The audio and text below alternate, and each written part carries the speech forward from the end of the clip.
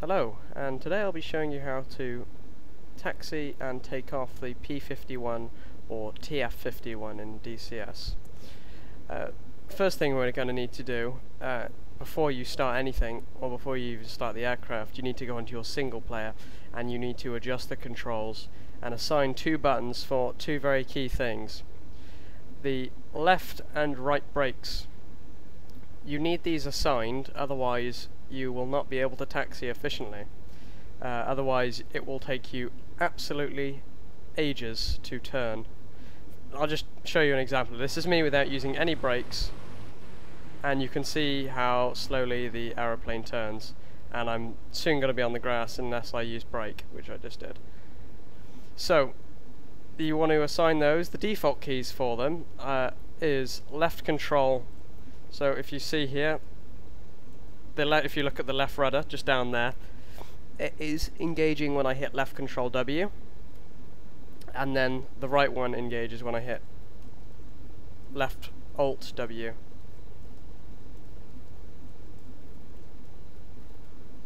Or apparently not.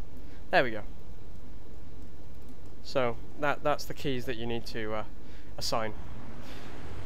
Okay, so when you're taxiing out, you want to do it in small bursts of power, and you want to use the brakes with a combination of rudder pedals to turn you.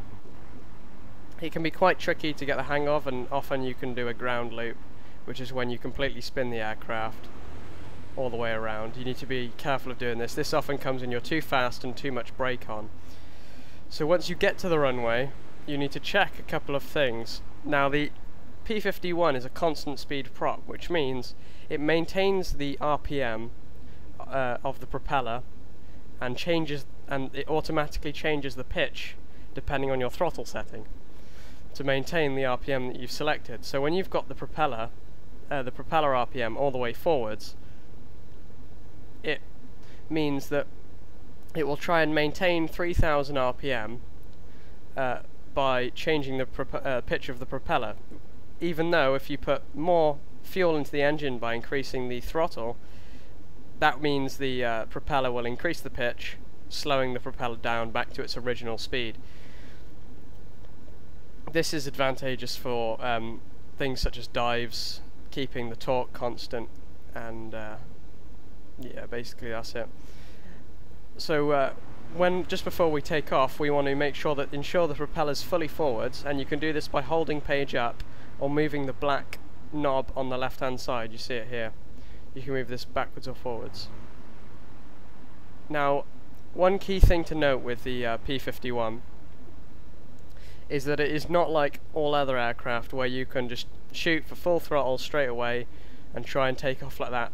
Using full throttle will cause you to crash. You may be lucky and get it off the ground, or if you've had quite a bit of practice with it, you may be able to do it, but using full throttle will often make you crash into the ground, especially if you're not very experienced with the aeroplane. So I advise, for new people, use 40 manifold pressure. The manifold pressure is a measure of how much your throttle is open. If you watch, when I increase the manifold pressure, increase the throttle, the manifold pressure goes up.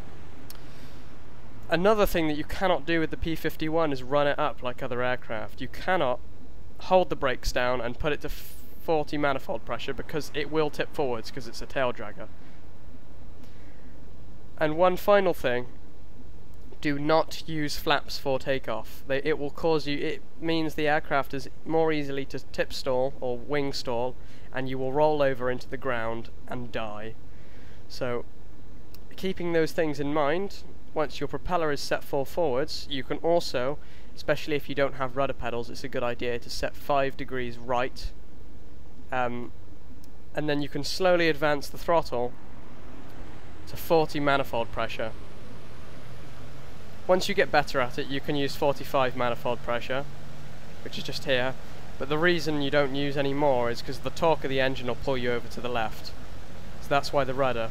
And when you're taking off, you want to use the rudder to keep you in the center. Don't look at any other instruments, just look at the aeroplane, and if it's in the center, you're doing well. When you get to about 140, you want to pull back on the stick. Not too hard, and then you bring the gear up.